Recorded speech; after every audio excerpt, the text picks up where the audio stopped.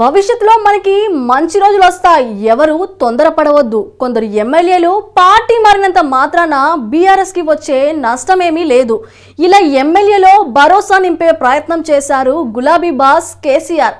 ఒకరి తర్వాత మరొకరు అన్నట్లుగా పార్టీకి చెందిన ఎమ్మెల్యేలు కారు దిగి హస్తం గూటికి చేరుతున్న నేపథ్యంలో అందుబాటులో ఉన్న నేతలతో అత్యవసరంగా సమావేశం నిర్వహించారాయన.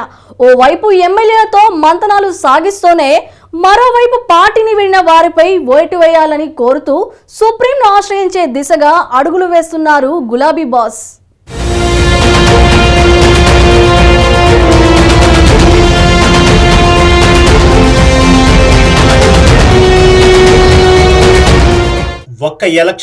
ఒకే ఒక్క ఎలక్షన్తో గులాబీ పార్టీ తలరాత మారిపోయిందా అంటే అవుననే మాట బలంగా వినిపిస్తుంది.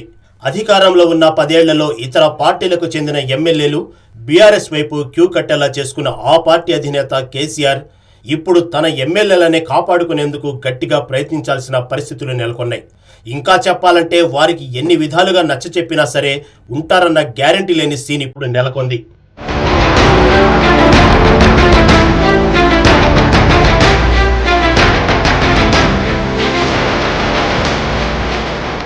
నిజమే, తెలంగాణలో బీఆర్ఎస్ పరిస్థితి ఏంటి? పార్టీ మీద నేతలకు నమ్మకం సన్నగిల్లుతోందా? మరో 5 ఏళ్ల పాటు రాజకీయంగా పోరాటం చేయడం కష్టమని కారు పార్టీ ఎమ్మెల్యేలు భావిస్తున్నారా? అందుకే ఒకరి తర్వాత మరొకరు హస్తం గూటికి చేరుతున్నారా అంటే జరుగుతున్న పరిణామాలు గమనిస్తే ఎవరికైనా ఇలాంటి సందేహాలే రాకమానవు.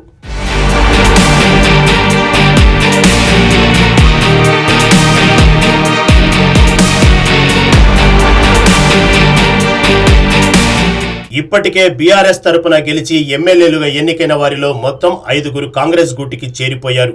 జగిత్యాల ఎమ్మెల్యే డాక్టర్ సంజయ్ కుమార్, మాజీ స్పీకర్ బాన్సువాడ ఎమ్మెల్యే పోచారం శ్రీనివాసరెడ్డి గులాబీ పార్టీని వీడి కాంగ్రెస్ గూటికి చేరారు. అంతకు ముందే Khairatabad MLA Danam Nagender, station Ghanpur MLA Kadiyam Srihari, Bhadrachalam MLA Tellam Venkatrao car పార్టీని వీడి హస్తం పంచకు చేరిపోయారు. దీంతో అసలు బీఆర్ఎస్ లో ఏం జరుగుతుంది, ఇంకా ఎవరెవరు పార్టీ మారతారన్న వాదన వినిపిస్తుంది.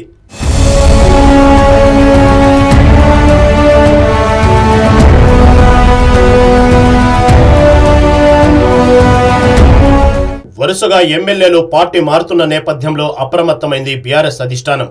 దీంతో మాజీ సీఎం గులాబీ బాస్ కేసీఆర్ అందుబాటులో ఉన్న ఎమ్మెల్యేలతో అత్యవసరంగా సమావేశం నిర్వహించారు. పార్టీలో జరుగుతున్న పరిణామాలపై నేతలతో చర్చించిన కేసీఆర్ ఎవరు తొందరపడవద్దని సూచించారు.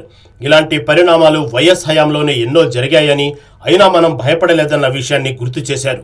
ఎవరో కొందరు పార్టీ మారినంత మాత్రాన వచ్చిన నష్టం ఏమీ లేదని, త్వరలోనే మంచి రోజులు వస్తాయంటూ వారిలో భరోసా నింపే ప్రయత్నం చేశారు కేసీఆర్.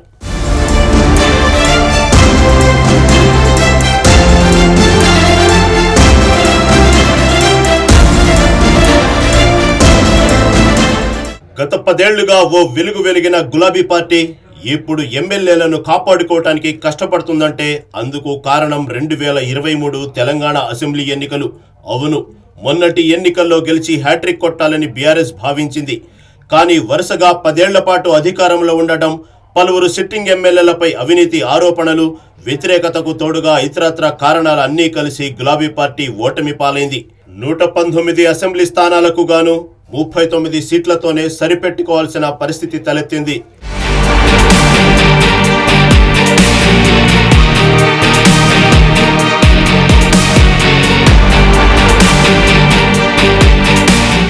అదే సమయంలో సీఎంగా రేవంత్ రెడ్డి కావడం, కాంగ్రెస్ ప్రభుత్వానికి భారీ మెజార్టీ లేకపోవడంతో బీఆర్ఎస్ నాయకులు, హస్తం నేతల మధ్య మాటల తూటాలు పేలాయి. సవాళ్ల పర్వం నడిచింది. చివరకు అది కాస్త రేవంత్ రెడ్డి ఆపరేషన్ ఆకర్ష్ చేపట్టడానికి దారితీసింది. దీంతో అప్పటి నుంచి బీఆర్ఎస్ నేతలు పలువురు కాంగ్రెస్ పార్టీ చెంతకు చేరడం ప్రారంభించారు.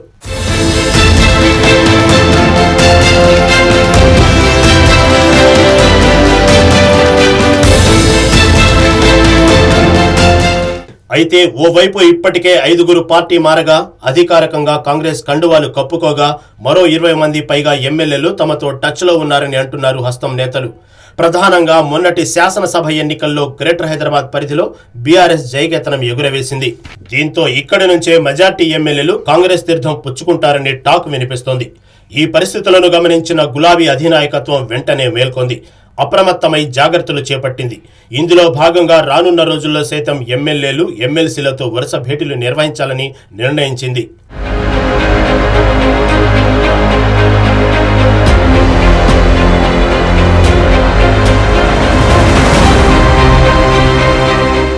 ఓవైపు ఎమ్మెల్యేలను బుజ్జగిస్తూనే మరోవైపు పార్టీ నుంచి వెళ్లిన వారిపై చట్టపరంగా చర్యలు తీసుకునే అంశాన్ని పరిశీలిస్తున్నారు గులాబీబాస్.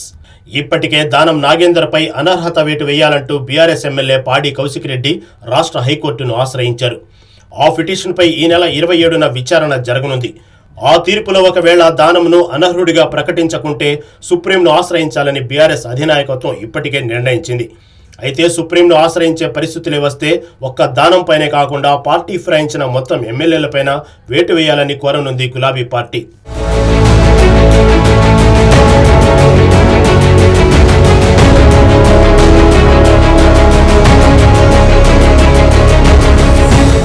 మొత్తంగా చూస్తే తాజా రాజకీయాల పరిణామాల నేపథ్యంలో తెలంగాణ హైకోర్టు తీర్పు ఎలా ఉండబోతుంది అన్న ఉత్కంఠ రేపుతోంది.